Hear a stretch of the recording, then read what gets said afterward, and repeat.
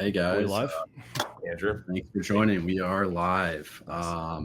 So welcome to the Fireside Chat, stories from the front lines, and thanks for all being here. Let me introduce Matt Polak, VanishID's founder and CEO. Matt is a seasoned intelligence expert who has spent his career helping Fortune 500 companies tackle growth and competitive strategy challenges. His experience in human intelligence inspired him to create VanishID, a company dedicated to protecting people from online intelligence gathering by hackers. Before founding VanishID, Matt founded Broad Branch Advisors, where he supported over $200 billion in successful M&A transactions across industries from cybersecurity to life sciences. Matt, go ahead and take it away, and I'll let you introduce Casey. Awesome. Thanks, Andrew. Well, Casey, first of all, I'm jealous of your setup, man. It looks pretty sweet. Thank you. You look very cozy, ready to go. I like it. Snug as a bug. Yeah, I'm hanging out in a kind of Spartan hotel room, so it's a little less awesome than your conditions. So anyway, it's really great to see you. Thanks so much for being here. Absolutely. Always great to get time with you. I'd love to maybe just start out a little bit rather than sort of to formally introduce you, so we know each other a little bit for sure. Yeah. So I thought we just kind of have a little conversation here and just let folks in a little bit on your background. Obviously, you've got a really interesting set of experiences that led you to where you are today. Yep. Tell us a little bit about you. I mean, I'm pretty sure it's not a New York accent we're hearing, but tell us about your. No, and that's an astute call out. So originally from Sydney, Australia. I'm based in San Francisco, but been here now for 13 years at this point, but the accent it's kind of rolled off at this point, but it's definitely still noticeable. So that's where the funny voice part is coming from. Oh, I love it. But yeah, it's thank you for having me. Like from a background standpoint, I grew up hacking stuff, got into pen testing pretty much straight out of high school. Did that for about 6 years, then moved across into solution sales and architecture. And at some point along the way, like with the combination of like front of house and back of house experience, I got it in my head that I wanted to be an entrepreneur. So I broke bad and started building things. And, one thing led to another, basically, is the short version of it.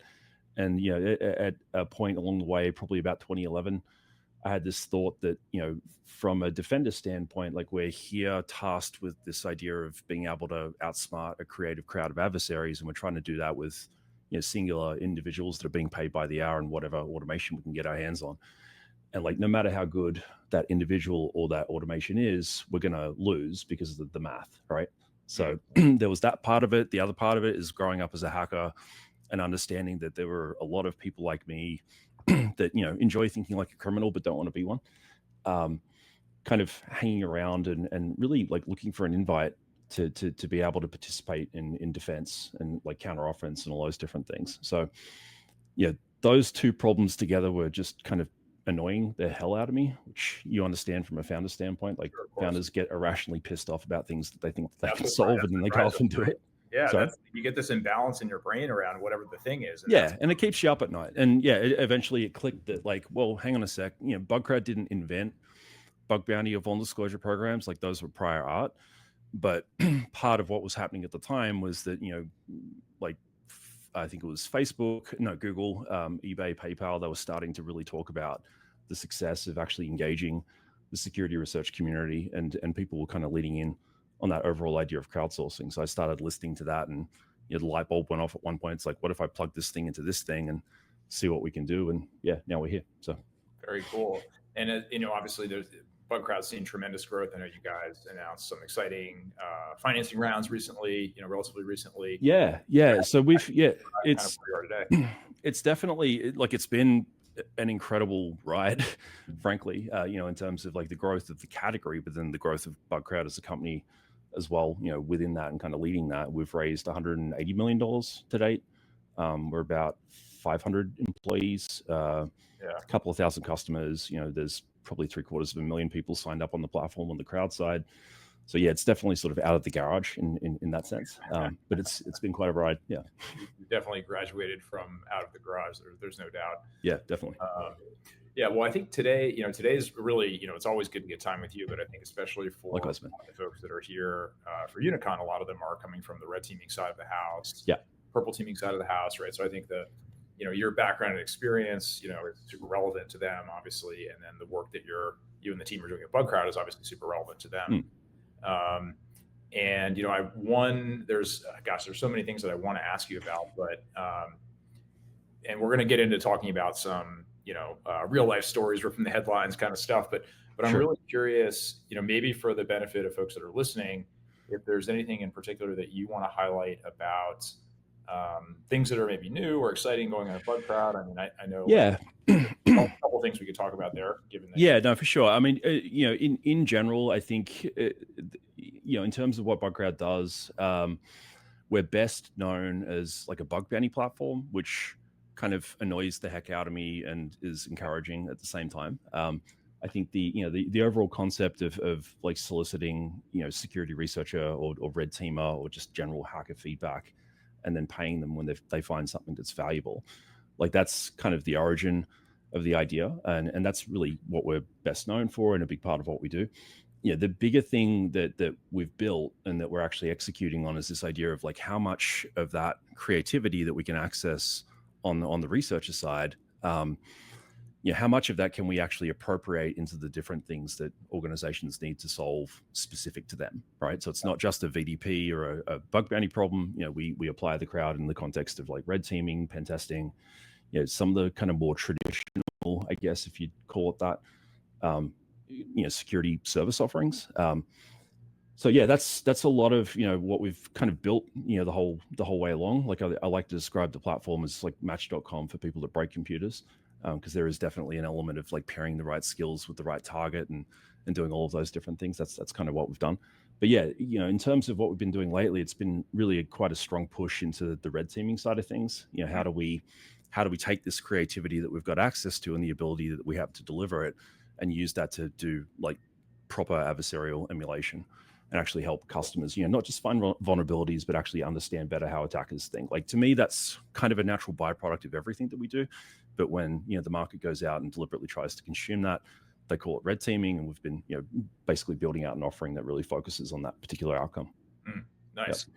And so one of the things that's cool, I think, about, there are many, but one of the things that's cool is you kind of have this two-sided platform that you're working on, right? You've got, customers on one side, and you've got the crowd on the other. And you probably have both pieces of that listening to us today, I would guess. But I'm curious, for folks that might be interested in the crowd side of this. What advice might you have for them? How might they get involved? Like what do you recommend to folks that are interested in that? Yeah, I mean, just in terms of getting involved, it's literally go to bugcrowd.com, click on the researcher or the crowd links there. I actually don't. I should have like a link that I can just roll off my tongue, and I don't right now. But if you go to bugcrowd.com, you'll find it pretty quickly. You can sign up there and look at the different programs that are open, start to figure out what you want to participate in. We do some other stuff. We've got a thing called Bugcrowd University, which is basically like educational content, and another piece called Level Up X, which actually started live as a virtual conference back in 2017 or so, before COVID made virtual conferences like more of a standard thing than a novel thing at that point. But yeah, the whole idea of like creating, like a big part of our mission is to make sure that we're always trying to educate hackers and kind of, wherever you are on the spectrum, like folks that are super elite, if they want to learn something different to what they already know, we try to create content for that. And then, newbies that come in that don't really know much, but know that they want to get into this space. They've got like the magic eye and, the drive and the motivation to do all that stuff. We try to create things for them as well. So those would be, the tips in terms of how to get involved with us. I think just in general, I've been really, I don't want to kind of invoke buzzword bingo too much here, but you did ask, what's coming. I do think that this whole kind of relationship between offensive security and AI is really important for folk that are trying to do security research to at least get their head around, right? Like I think there's kind of a new generation that's coming into that's native to it, and they're just going to do it anyway. But for those of us who've been around for a while and might have a bit of a curmudgeon vibe towards new technology, because that's, there is a lot of hype and there's a lot of BS, but in reality, like that kind of shift in how we consume, deploy, and use technology, like is eventually going to affect everything. So being in a position where you're at least conversant with that and trying to incorporate that into how you think about attack, in terms of how you think about, what the bad guys are up to, all those different things. I think that's a really important skill to at least start getting into for pretty much everyone. Look, I totally agree. And we see it a lot on our side, right? So, we're thinking a lot about digital footprint, a lot about exposure of executives, key employees, folks in the workforce. Yeah. And, those LLMs, choose your poison, right? All they're doing is hoovering up tons and tons of data and getting better and better at it, right? And then, on one side, you've got the simple scenario where it helps to rewrite maybe a phishing email or something like that to make it sound less broken English, and then on the other side, you've got things like, code generation and things like that, where you can design kind of packages and all kinds of stuff pretty quickly without really a lot of technical skill. Yeah, I think that's like from a defender standpoint, like that was the thing that kind of switched me on. Like Bugcrowd's been working with the foundational models since 2022. We've been working on like offensive machine learning and kind of AI type work since probably 2018 or so. But since this sort of like dropping of the idea of generative AI on like the entire internet that kind of happened when ChatGPT showed up, the first thing that kind of became obvious to me at that point in time was like, this is democratizing access to incredible capability and power. Sure. And what that does from a defender standpoint is it changes the idea of like who you're actually trying to defend against, right? Like there's skills and capabilities accessible to a far broader variety of attackers than there used to be. And I think historically, like we could expect, kind of predict the behavior of a nation state or a cyber criminal, someone who's financially motivated based on the outcomes that they want. Like at this point in time, like the you must be this tall to ride kind of factor is dropping pretty quickly. And that introduces an element of chaos to the potential threat actors that we're dealing with on the defender side in a way that I don't necessarily feel like we're super prepared for as an internet. So that's kind of a phenomena that keeps me up at night a little bit. But in terms of the red teamers and the defenders, everyone who's kind of listening to this and kind of thinking about what the consequence of that is and where it goes from here. Just think back to like when Metasploit first dropped, right? Like we went from hand coding exploits to all of a sudden we've got a framework that does it for us. Like there's an increase in efficiency and there's a decrease in like the kind of cost to ride the roller coaster at that point in time. I think this is a more dramatic version of the same thing. Yeah. Look, and it's happening on both sides too, right? We're seeing a lot of tools being developed, for defenders trying to improve automation and make decisions agentically, all these kinds of things, which I think are good and helpful, right? And then you've got the classic kind of asymmetry challenge that everybody's always dealing with in security around, they only have to be right once, right? Those kind of that way of thinking. Yeah. I mean, the way that I've been framing that up is that, I think traditionally there's been this sort of cycle time between defender innovation and attacker innovation. We all get access to automation. Like the defenders are the ones that kind of lead the conversation because they're like, we exist because they do. So I've always kind of viewed them as the cutting edge of innovation on that side of things. When we make life hard for them, it's their job to innovate past that and come up with something new. And that's just sort of how crime and offenses and defenses work since like well before the internet, right? Where I see kind of AI and some of the new kind of accessibility advances in automation is that like we've relied on a cycle time between that like attacker innovation and defender innovation. And like there's an OODA loop there that continues to get smaller as we go along. So like I think that's a really important thing to think about for folks that are doing red team, like doing kind of storytelling and trying to inform customers of what the threat actually looks like and what they're going to have to think about. So I do think some of the traditional economics and kind of cycle times that we've relied on in the past are, going to go out the window at some point in the not too distant future. Yeah. I mean, the idea that we'll have, a year or more of innovation time or, cycle time, as you put it, right? Like it's those are compressing very rapidly. It's getting shorter. Yep. 100%. For sure. Yeah. You threw out storytelling. So I thought maybe I might just like pick up that thread and dive down that rabbit hole a little bit. Yeah, sure. And maybe just start by sharing a real story from my personal experience that involves you. We had dinner together, whatever it was last summer or something like that. You came to the house, we were hanging out, having a good time.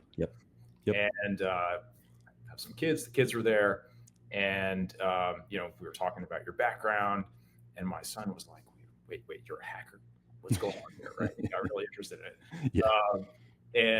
Sure enough, he was like, "I bet you can't hack into my iPad." And for those listening, Casey figured out how to hack into his iPad in like 1 minute, right? And so it was epic. It was great. You saw his eyes like bulge out of his head. It was really entertaining. So I don't know, what was going through your mind when we sat down and you kind of, but if you want to just rewind that one a little bit, I never got to ask you, how did you do that? What was going on? How did you think about it? Yeah. So I do. It's funny. It's a very vivid and very sudden memory. And it's a fun thing too, because why did I do that? It's the same reason. There was a period of time for the first couple of years of Bugcrowd where we literally made every employee go to DEF CON.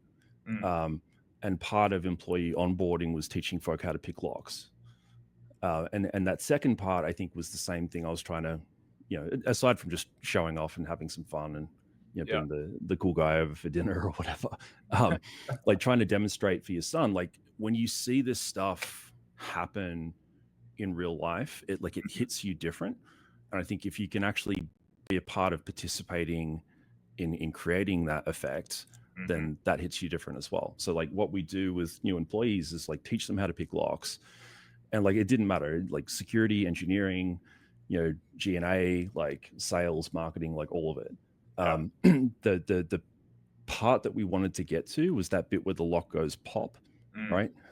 Because to me, so many things click for people when they hit that point. It's oh my God, there's that dopamine rush, oh, I solved it, this is awesome. Hacking's kind of cool. I want to get into this, all that kind of stuff that goes on. But then, pretty quickly after that, it's oh, this thing's actually securing my house and my car. Do you know what I mean? This is oh, wow, okay, this is why we're here, because this is actually really difficult to do well. And if you know the right things, it's actually fairly trivial to exploit. Okay, I want to be a part of that fight. I want to actually jump into that and try to make the internet or make the world a safer place. So it was it was kind of a version of that with your son. The whole idea of okay, you've got an iPad. I think I was either looking at the fingerprint marks on the screen. If I had to guess, that's what it probably. Yeah, it was either that, or I kind of watched him do it kind of out of the side of my eye and saw a pattern and just kind of replicated that. Which it was epic. He still talks about it. That's cool. It's cool. Remember that time when? No, it was fun. And for him, it's oh, okay, I need to choose. This is why, not having whatever it was. From memory, it was a fairly straightforward password as well. So there was probably a little bit of guesswork involved. But this is why you don't do that. Right. Because someone like me can come along and just open your iPad when you think that we can't. And if you've got stuff on there that you don't want someone like me with the bad version to see, then this is how you prevent that. Right. So all those things kind of happen in that moment. Yeah. Well, it was great. It was very entertaining to watch, right? Because of course I was pretty sure that you were going to crack it, and he thought it was impossible, right? So it was this. It was very entertaining. Well, that's the other part that's really fun about doing offensive stuff as well, is that everyone thinks they're fine. Do you know what I mean? So that moment where it's oh shit, okay, that was really easy for you. I didn't think it would be that easy. Now I need to kind of reframe the way that I think about what I'm doing to defend myself, and getting people to a point where you've got this intrinsic drive to at least think through how to do security better. I think if you can achieve that as a baseline, again, to the audience as practitioners, to me, that's the goal. Because no one's ever going to be an expert in the way that we are, because we're super nerdy on this stuff, and we can't expect other people to do the same thing. But what we can make them do is at least have that thought in the back of their head as they're making decisions, right? To me, that's the main goal. Well, so, I mean, just sort of picking up on that thread, right? I think that you're right. People think this is never going to happen to them, for sure. And also the other side of this too is actually storytelling about these things that have happened. People you know, and others. I think it can be one of the most powerful tools for Yeah. folks that are trying to help educate leaders, folks that work in security, family, it doesn't matter, right? It's just because those stories can help to really translate. And so, I'll share just one, that's a real example, kind of ripped from my own experience. You may have heard the story. I don't know. I can't remember if I shared it or not, but a friend of mine runs a security company, and they had an incident that involved some ransomware, and the CEO's tough nut, not going to pay the ransom, not going to happen. Well, he shouldn't, Yep. And so, he tells the attackers, pound sand, I'm not paying this thing, whatever. And so this is before we were working with them. And now they're a customer. But what happened was the threat actors got pretty agitated, which, that tends to happen when they don't get what they want. And so what they did is they actually figured out where his kids went to school. Oh, wow. Yeah. And they started calling and emailing the school administrators, the teachers, trying to, basically leverage the CEO to get him to pay the ransom, right? By harassing them, telling them they were going to bomb the school, all kinds of crazy stuff, right? Yeah. And so, just in the sphere of like, this would never happen to me. Like, I assure you that he never thought that, that this would happen to him, right? And like in that way where it's, they hunted down his family and so on and so forth. So, I mean, that one to me is like kind of like it's a pretty wild one. Yeah. Yeah. I mean, look, it's like the personal protection component, especially for executives, it's easy not to think about until it happens. And then all of a sudden you've got to, like, to me, the best thing around that type of kind of threat model or that kind of risk is to be in a position where you're starting to get like proactive about it. Getting to a point where you're paranoid and kind of paralyzed by it, I think is counterproductive, because at the end of the day, it's almost like the bad guys win. Like, we don't pay terrorists, like that whole kind of principle, right? But at the same time, like, it is a real thing. Like it's been interesting over the years with Bugcrowd, because there's two things kind of going on, like, well, three. One is that, like, we're a really noisy company, and that's kind of by design, right? Because part of our job is to evangelize the role of the hacker as a strategic asset and someone who's actually helpful, not just harmful. And like, that's a marketing problem, right? But then, like, we're messing with bad guys, like, for real, and making their life more difficult. Yep. And then we're also trying to basically corral this community of, like, incredibly, brilliant, but very diverse and, sometimes volatile, like often like neurodivergent, like all those different things that we love about the hacker community. And, part of our job is to kind of wrangle that into order and make it useful, right? So, like, it gets bumpy. And the idea of, people not agreeing with decisions, like not agreeing with directions, all those different things, and then, making threats as a result of that. Like, I've not been personally in a position where there's been kind of an extortion or a ransom type of scenario like that. But the idea of someone getting really annoyed and making threats, like, that's a thing that started, pretty soon after we kind of launched as a business. So this idea of, as an executive, as someone who's in security, no matter kind of how public your profile is or how kind of large or small you feel the thing is that you're doing, like, this idea that, like, we're tickling the tail of the dragon here, kind of as a job, and thinking about, the consequences of that and what you need to do to make sure that you're keeping yourself and your family safe. For sure. I think that's a really important thing to think through. Yeah, it's tricky. It's a tricky thing to manage, right? Yeah, it is. Yeah. It definitely is. Because going back to what I said, like, you don't want to be, fear is like, you've got to manage fear. But if, your response to hearing a story like that is, oh my God, I'm terrified, I'm not going to do anything, then that's, to me, the wrong solution, right? Because we're here to make a difference. We're here to mess with stuff and change things and do all that kind of stuff. And you can't do that if you're paralyzed. So, like, somewhere between that and, like, doing nothing and ending up in a bad situation, I think that's where, the answer lies. It's just, up to everyone really to kind of figure out what it means for them. Well, I think everybody has a different risk tolerance for this stuff too. Yeah, I agree. Fully agree. Yeah. Well, I can imagine, I mean, I've got a couple more stories that I'm happy to share, but I can imagine you might also have some stories. So I'm happy to share. You can share, like, no, you go for it. You go for it. jump off the queues. Yeah. I mean, another one that is it's kind of a wild one, right? Is gonna no names here to protect the the innocent. But there's a number of cases that I'm aware of where this has happened. But insert any company really here that hasn't really thought about this problem ahead of time. To your point earlier, it's like it will never happen to me. But the situation goes something like this: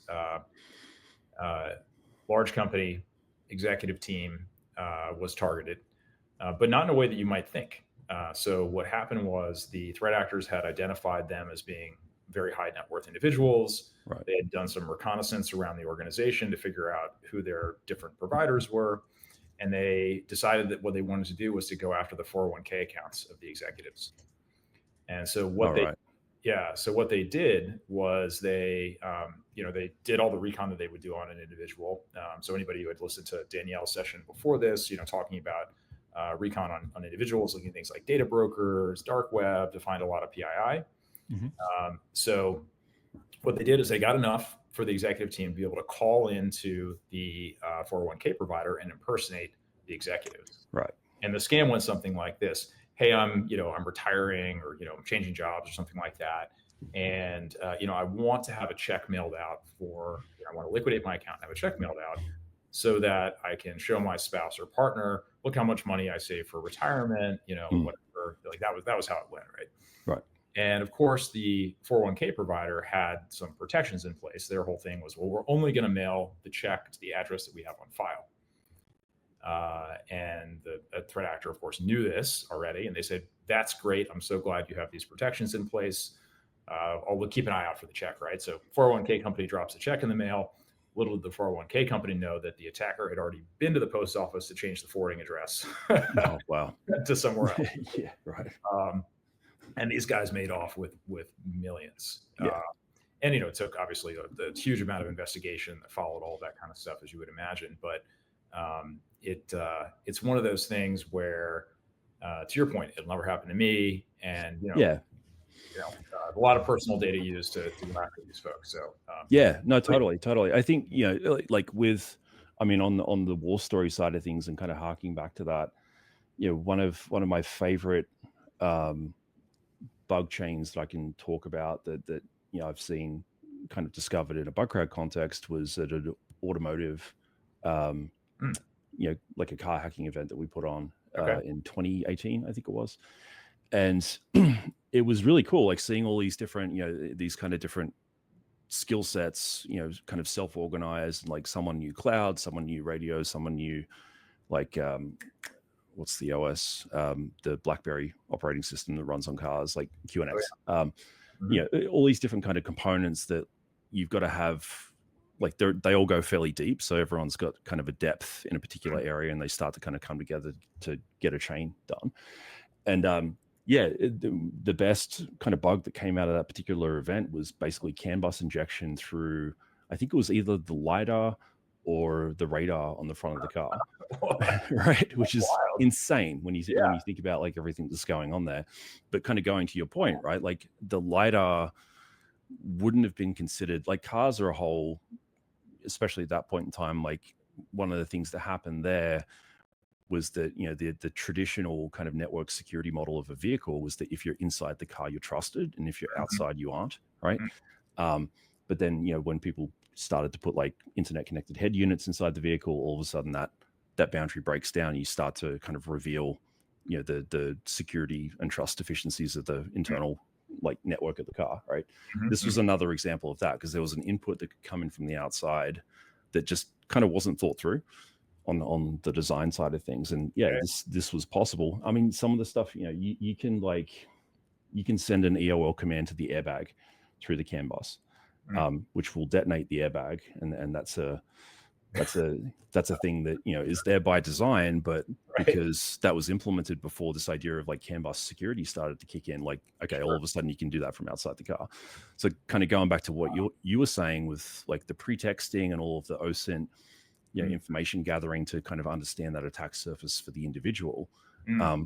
This is sort of that same principle applied to finding a bug in a car, if that makes sense. Like there's all of these different things that you just, there's so much more that constitutes attack surface for any given target than I think people think through, because like our motivation as product designers, as humans, as 401k holders, like whatever it might be, is just to do the thing. Like we're not thinking through all of the things that could possibly go wrong. We're just trying to get the thing done, right? So this is sort of inversion of thought that kicks in. For efficiency, right? Or for ease of use or whatever, right? Like they're not thinking about, well, what if somebody wanted to do something bad? Yeah, like you don't put bars, you don't go to the effort and the inconvenience and the expense of putting bars on the windows of your home unless you realize you live in a bad neighborhood. Right. Because like, why would you? Like you just want to open the window and let the sun in. Like that's the purpose of a window. So there's this element of like, well, hang on a sec, am I in a bad neighborhood or not? Like there's a marketing and an awareness component to that. And I think as well, what is my attack surface? Like what are the areas where people can get in that I haven't thought through, because that's just not what I do. Like I make the thing work. Right. Sure. Yeah. Well, and I think if you're in the automotive sector, right, or if you're building power plants, or if you're in a hospital environment, right, there's all these different types of things, and every one of them. I mean, I know something we've talked a lot about in the past too is human intelligence, right? Sort of this idea of, like applying human intelligence, whether you think about that through the lens of the crowd and the power of the crowd, or an individual in the crowd, or whatever. Each of these situations is so unique that that's a place where that becomes like super interesting, right? Just as a problem set, because humans are, we're very innovative. That's the thing. Yeah, we're very innovative. We're very creative. We're, like when I talk about vulnerabilities, like the other thing that's really interesting about, the Bugcrowd thing just in general, and you probably experience the same thing, is that we're kind of in the news of like calling people's babies ugly. And like that's a part of what we're doing, but there's a delicate kind of nature to doing that. So I've thought a lot about like, why do vulnerabilities exist in the first place? Like why do these mistakes happen to begin with? It's not because people are stupid, right? It's because we're creative and we're powerful and we're awesome as humans, but we're also imperfect. And we don't have like complete kind of risk, thinking. We don't have complete kind of design thinking. If you take those ideas and then take a computer whose job is to magnify and amplify whatever's fed to it, you scale that imperfection. You scale the awesome at the same time, but you also scale the imperfection. So like this whole idea of like, this actually matters. It's not because, it's not kind of a fault or a blame thing. It's just a function of humans doing what we do. And, needing that counterpoint, needing that kind of, opposite thinking, like the hacker mindset, the difference of opinion, like the red team kind of brain to come in and say, hey, here's some of the stuff that you might have missed. Like you might want to look at that. Right. Yeah. There's no substitute for it. Right. I mean, just, you know what you know, and there's no way around that. And it's completely fine. Like I think if you're repeating the same mistake over and over again, or doing it, willingly, then that's a different conversation. But in terms of, kind of how we kind of end up here, I think most of the time in the first place, like that's really what it comes down to. So like getting people onto that page, like vulnerabilities happen whether you want them to or not. That's just physics at this point in time. So like acknowledge that, then figure out what you're going to do about understanding where your risk might be in ways that you haven't thought about before, and then prioritize what you're going to do about that. That to me is just a very natural part of being a human, especially someone who's building stuff or wanting to build stuff or wanting to scale their own output. But oftentimes that's the hardest part of the conversation, because people feel like you're kind of calling them out. Sure. Well, I mean, look, I think, there are many ways in which this problem develops and lives in a technical sense, right? Sort of maybe the example of the car is a good one. And then on the other side of this, in a human sense too, I think a lot of what we see is that somebody might be very locked down individually. They've taken the steps. They care about this, right? It's like, I thought about this. Nobody's going to figure out, who I am or what I'm doing or whatever. But then they don't realize, like, well, I have this family unit that's connected to me, or I have this close inner circle that's in my orbit. And maybe they haven't been as thoughtful, right? And so, that's part of, it's a different part of the kind of a problem, but it's very related, right? It's sort of, you get myopic around these things. Yeah. And I think the funnest part, because I've been through that, I think COVID was a really interesting kind of moment where it's like, well, wait a sec, now my 5-year-old is a part of my corporate attack surface. Right. And like in reality, they always kind of were, but But COVID, now you really know it, right? Now you know it because like they're sitting across screaming in the next room while you're trying yeah, exactly. While you're trying to work from home. So like that whole thing happened. I think the thing for me that was really interesting, because I started to implement this kind of stuff a ways before that because of just the mindset that I kind of bring into this to begin with, right? Sure. But the experience of like trying to talk to my family and help them understand that like, yeah, we're going to be on a different network, and like the stuff I'm doing for work, you're not going to be able to access that, and we're going to have to talk about like how we use the home network here, like all those different things, because ultimately, like I can't and don't want to trust you to take responsibility for security in the way that I would. I want to help you get better at that, but I don't want to put that load on you. So therefore, I need to actually separate from that. Like that's a really kind of interesting set of conversations to have, because what I'm not saying is like, I don't trust you guys, you all suck, like get out of here. It's more of a here's a particular thing that I need as an executive with a family that all sits on the same network or in the same house. Here's what I'm going to need to keep the business safe, keep myself safe, keep you guys safe. So like, ultimately I'm kind of reducing targeting against them at the same time in the process of doing that. But like getting them to the point where they get that was a fun journey. Yeah. I think that there's a lot of corollaries there to me too for, my own family, of course, but like also thinking about. And their iPads, right? Yeah, right. Exactly. Yeah. But also thinking about, kind of like a corporate family, right? In a way, because I think that a lot of the issues that get created inside an organization are because an employee, an individual, is left to make a security decision for the organization that like, they probably didn't need to make, they could have avoided, should have never landed in their inbox in the first place kind of thing.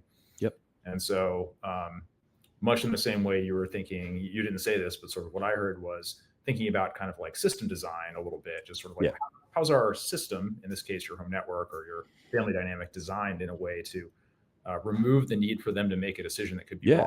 Like maximize resilience, like be as kind of anti-fragile as possible. And obviously there's like outer limits to that, but that whole idea of, you said it right. Like the whole idea of, you shouldn't, like, it's actually, as kind of the security leader here, it's irresponsible of me to put that burden onto my family.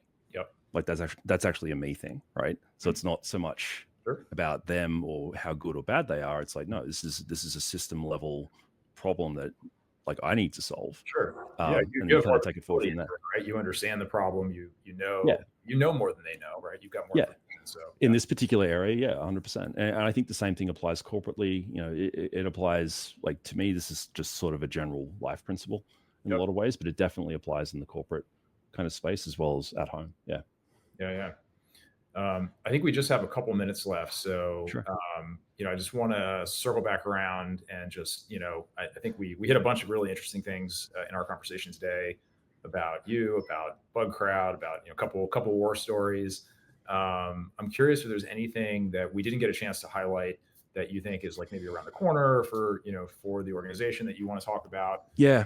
For this group, just anything that you want to get out there, just feel free to, just take the mic. Yeah, look, I mean, on the Bugcrowd side of things, I think, we talked about red teaming, we talked about opportunities for people to join and participate on the crowd side. I think, the other side of it is for folk that are thinking about, running a vulnerable disclosure or a bug bounty program, or looking at ways to kind of increase the effectiveness of their red team or their pen test. Like that's what we do. So, that's like the 30-second pitch at the back of the conversation here. Of course. I think the other thing for folk, the piece I haven't really talked about a lot, but the other kind of parallel journey with Bugcrowd has been very focused on kind of policy influence, and trying to really create a safer environment for hackers that operate in good faith, right? It was the 30-year anniversary of Hackers the movie, I think yesterday or the day before. And I remember sitting in a room with a bunch of folk my age in Sydney probably 5 years ago, and like watching them kind of almost tear up, because it's like, okay, this is a movie that actually kind of showed, like, kitsch as it is, all those different things, but the whole idea of the experience of the hacker in that season, it like impacted them, and still does today, which I thought was kind of cool. But this idea of, coming into 2025 with a history of basically being seen as the default bad guy, and actually needing to prove the fact that we're here to help and that we're actually a strategic asset, from a security standpoint. Done a lot of work through like Disclose.io, through like Department of Justice and Capitol Hill, all those different things to try to create laws that reflect that. The one thing I'd call out to this group is like that job is not over yet. Yeah, not at all. At all. We're helping. Like we've made a ton of progress over the past 13 years, but we're not done by any stretch of the imagination. So, for folks that get kind of riled up by that, the biggest thing would be to understand what's happening in your state. And then to, understand like where there could be changes made to laws or things that are coming down the hill that might adversely affect your ability to actually operate as a hacker. Get ahead of that and talk to your local representative, because there's been a lot of good work done at the federal level, but there's 50 states in the US and they all think different things. So like that's probably the next mission here. Yeah, that's a good call out. I know Bryson's been super involved in like Hack the Capitol as well, and things like that, right? So are there any particular, I mean, everyone that's listening to this is well versed in how to, do a Google search, but like, are there any particular resources that you would say like, hey, check out this thing in particular, that thing in particular, associations maybe, or things like that? Yeah. A couple that I'd call out, like obviously like Bugcrowd does a lot around this, like Disclose.io is the not-for-profit that I co-founded to kind of go after this problem. So checking that out is good. There's a lot of resources there and a lot of things that can just help hackers do their thing. Outside of that, there's Hack the Capitol, there's Hackers on the Hill, which is basically a kind of annual kind of meetup between technologists and policymakers in Washington. That's just started to pop up in the UK as well. I think there's a version of it happening in Canada too. So like, I mean, jumping on and Googling, but hopefully that gives folks some directions to Google in. Those are, I think those are all great suggestions. And you're right. I think there's running in parallel to all the things that we've just talked about, right, is an enormous set of policy considerations that are happening all the time, both around hacking in our world on the VanishID side, right? Touching on privacy, things like, there was a lot of work done over the last year on this actually as well. So, but yes, there's no shortage of need for people that know the problem space, that have subject matter expertise. And probably the thing to call out there is that like policymakers, the fun part about Hackers on the Hill is the reaction that hackers have to how much the policymakers actually want to hear from us. Like I think we just tend to assume that we're in our own little like techno world and they're up there on the hill doing their thing. They actually really want to hear from us. They really want our input. And like, we're not policy experts in the way that they are, but they're not technologists in the way that we are. So there is definitely an open invite and an opportunity to do that. And I think, if the thought that like, oh, no one's ever going to listen to me is the thing that's holding anyone in the audience back from getting involved in this stuff, like forget about that. It's not true. Awesome. Well, listen, it's always so good to get time with you, my friend. Likewise, man. Likewise. Thanks for hopping on, running through a wide range of stuff. And my goal was just to get to spend time with you. So this turned out to be great for me. Yeah. Likewise, man. I know that probably Andrew will be back in a minute or two to tee up the next session here. But we'll wish you a lovely day and look forward to seeing you soon. Likewise, sir. Cheers. Appreciate it.